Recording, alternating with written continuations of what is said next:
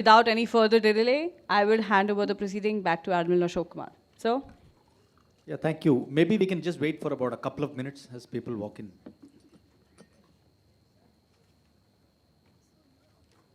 Okay, good evening again, ladies and gentlemen. We'll move on to the next speaker, Mr. Mahadevan Shankar. I've already introduced him to you all, and he'll be speaking on overcoming Indo-Pacific supply chain challenges in respect of rare earth elements, raw materials, and energy critical elements. Thank you. Good afternoon, everybody. Thank you, Admiral.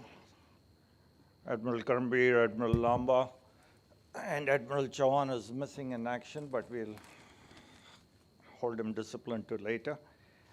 Ladies and gentlemen, thanks a lot. I know it's going to be a bit of a challenge to keep you all awake. I did notice a few heads on both sides, so I'll try and keep it as concise as possible. I'll put my timer on for 13 minutes, so I have 2 minutes to wrap it up. Okay, that's a bit of my background. I just thought it's important to correct the little introductory part of it. Current and Strategic Affairs Forum, India, not Australia as it's put in the brochures. Otherwise, General Murthy, who's the founding chairman, will possibly put me onto one of his ordnance and fire me away. What I'm going to do is I will try to touch upon the Indo-Pacific connectivity issues, which most of the erudite speakers have touched upon earlier yesterday and today. And to quote Professor Till, the high level of ignorance hopefully will go a little notch higher. I think during the coffee break, the good news is South Africa looks like they're losing. And Australia-India finals is going to be on Sunday. And to quote Commodore Shantanu and Brigadier Khalid, flags of convenience will be useful for me on Sunday. If India wins, I'm born Indian. If Australia wins, I live in Australia. So with that, I'm trying to go into the key areas of rare earth elements, rare metals, and energy critical elements. It's going to be a bit of a deep dive into some of the issues that we had discussed last year in the Australia-India Chamber of Commerce, where we did workshops. We had participants from both countries, the bureaucracy, the private sector, the public sector, and some from the maritime domain also. And key areas is the risk and what kind of risks are there in the legal system, the technology, the innovation, the transportation aspects of it. Quad has been handling quite a bit of the supply chain risks, and Quad has been addressing them. Separately, J, which is Japan, Australia, India, has set up their own forums through which they are looking at combining the strengths of these three countries, where Japan has the technology, Australia has the raw materials, and India has got the manpower to start doing the manufacturing.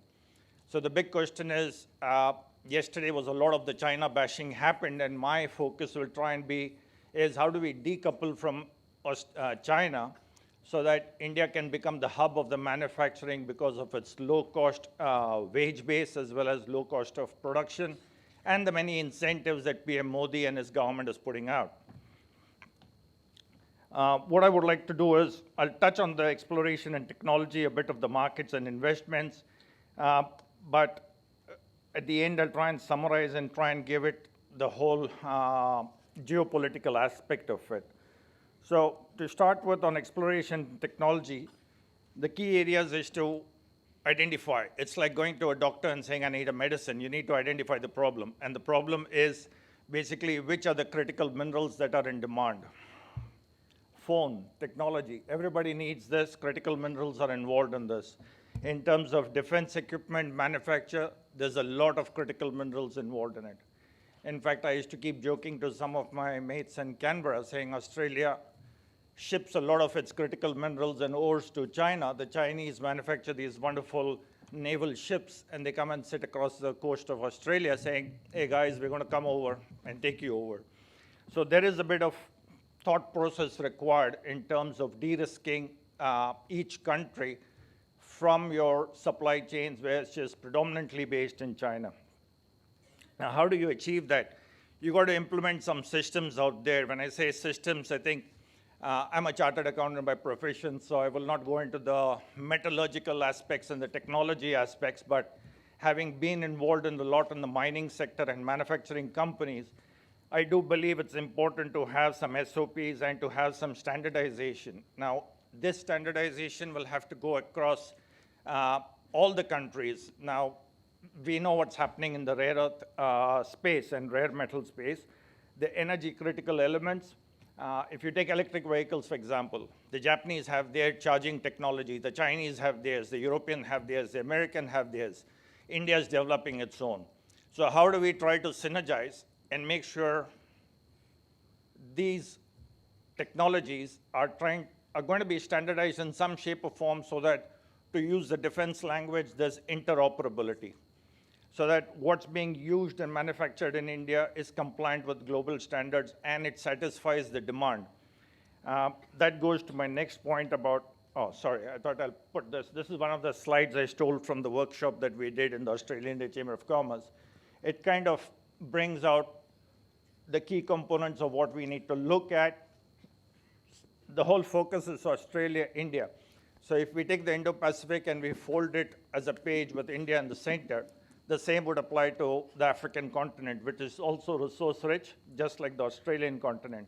When I say Australian continent, I wish I had the maps like Cleo Pascal had, but the South Pacific region is tremendously resource rich. Deep sea mining, there has been a lot done. I'll touch upon that a bit later.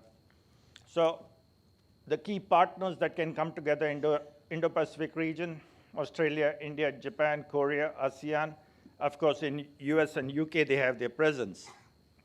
And just on this, while I was listening to the other speakers earlier, a classic example is a client of mine who's in Western Australia. They bought out a mine in Greenland, and he is now looking at developing that mine, which has been shut down since the late 70s.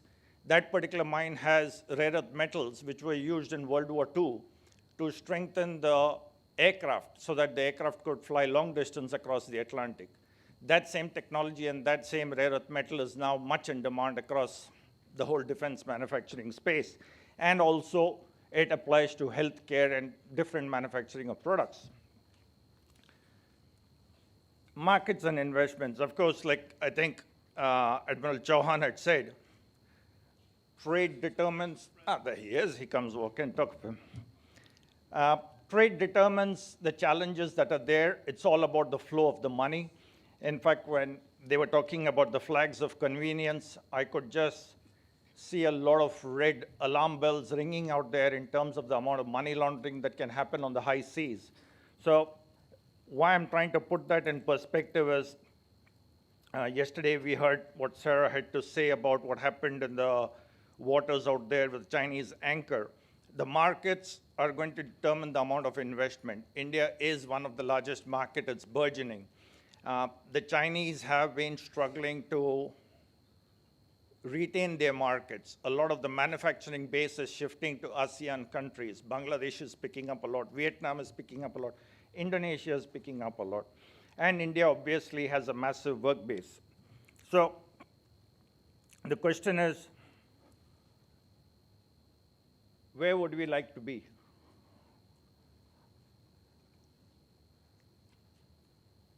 I'm going to leave this for you all to digest a bit. It's a bit busy space because of time restrictions. I won't dive deep down. I'll stay on the surface and not go down the submarine there. Because what I said earlier ultimately has to be governed by what the regulations are in each country. This was one of the key elements that came out from our workshop, that the legislations in each country need to satisfy the Indo-Pacific demand. Every country has its own laws in place. How can we try and synergize and align those laws? How can we make it easy for the movement of goods out there? Australia has heaps of critical minerals. It's got some companies which are got the best of technologies. A lot of the American companies are now tying up with Australian companies. The Chinese have investments in Australia, but they themselves are getting away from it because they have issues out there. In the Oceania region also, like in Papua New Guinea, where I've been in and out for 25 years, they got massive amount of nickel, copper, iridium, and a few other elements out there. There was one particular company which was set up by an Australian, listed on Canada, deep sea mining in Solomon Islands, using technology manufactured in UK, and with ownership also from Qatar. So there is a lot of synergies. Why I'm giving you that example is that's the level of partnerships that are possible and what we need to look at. I think if the legislations and the government start working together, hopefully we don't end up like that radar on the photograph, just looking up the Milky Way and hoping that opportunities will take care of themselves. The opportunities will not take care of themselves. We'll have to create the Milky Way on this Indo-Pacific region, and we'll have to convert them into tangible outcomes. How do you do that? Obviously, you set up partnerships between like-minded countries. India and I think the US is also investing a lot into Australia. Pardon me for being a bit more Australia-focused, but when I say Australia, I should actually rephrase and say Oceania region, and the same happens from ASEAN also. In fact, what I said earlier about the deep-sea mining, there's an Indian company called Pradeep Phosphates, which has been operating in Nauru for almost more than 25 years, picking out a lot of their phosphate out there. And there are a few Indian Navy ships that come and visit out there in the South Pacific region. Having spoken to a lot of people at DFAT, and also I've been involved in the FIPIC Summit 1 in 2014 during the G20. I was involved in the FIPIC Summit 2 in Jaipur, and now FIPIC 3 that happened in Papua New Guinea. The Oceania countries want India out there. It's a question of how can India commit itself, and what is in it for India to actually go out there and develop the technologies, invest in them, and bring them to partner with India. I think this is a quote which I thought I'll put up here. Mr. Karthikeyan is now the High Commissioner in Fiji, and he also said the same. We need more partnerships of like-minded countries. Last is breaking down the legal and cultural barriers. I think I started off with cricket, and that was a classic example of how cultural barriers can be broken down. We can use a lot of soft power between each country, and how do we generate that soft power to build relations? If that is a common language, let's start with that common language. Let's talk about sports. Let's talk about yoga. Let's talk about food. And one thing leads to another, a lot of trust. I think I've heard the word trust coming up in many of the presentations. How do we build up the trust? Yes, China exists out there. It's the big elephant in the room. But if we focus on each of the Indo-Pacific countries' demands and their supply capabilities, the problem will go away. It'll take care of itself. Because I would love to quote Admiral Chauhan saying that the Indonesian islands are a gift of God. It's just out there at South China Sea. No one can come down from there. And the Malacca Strait, obviously. So how do we break down the cultural barriers? Obviously, common governance systems. If we can codify that, the metallurgical standards, and developing some common laws. I believe someone had mentioned it in the morning session also about how the laws have to change, and we need to get some commonality in them. This is something I thought will summarize what would enable the supply chains to move rapidly. And business catalysts, I would like to call myself a business catalyst. Being a diaspora, the importance of diaspora is that we bring a lot of the linkages. Having been in that region for 20 years, sorry, that's my timer.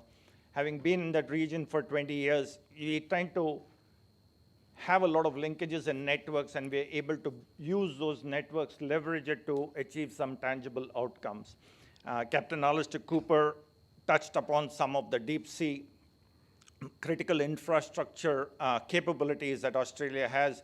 I tell people the distance between Australia and India is just 2,600 kilometers as the crow flies, because that's exactly about the distance between Andaman Nicobar Islands and Coco Islands, which are the sovereign territories.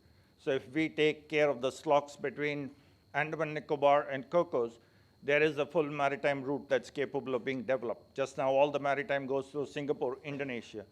LNG. India is so dependent on Qatar for LNG, I think Vladivostok. the ambassador, he mentioned about Vladivostok-Chennai route. Australia today is the largest manufacturer and exporter of LNG.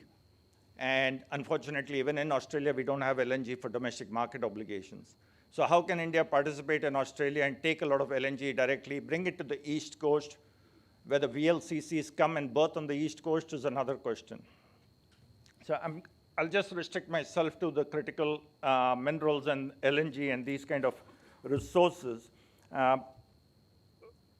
Overall, we have heard about the geopolitical risks, the security impact that is going to be there from trade. The friction is definitely going to be there. In early 2020, when COVID hit and the Dragon opened its fire on Australia, the first thing Australia did was to diversify and to de-risk. India came to the rescue. A few other countries came to the rescue. 3 years later now, the Prime Minister of Australia visited Beijing just last week. They have committed to soften up, but as soon as the PM landed back in Australia, we were hit with the first cyber attack. And a few days ago, the ports of Australia were down for about 3 days thanks to another cyber attack. So they're doing well. Before it used to be a cyber attack every 4 minutes. Now it's every 3 minutes in Australia. And as I was telling the secretary earlier, what is that one nuclear button that can bring down the entire connectivity in the Indo-Pacific region?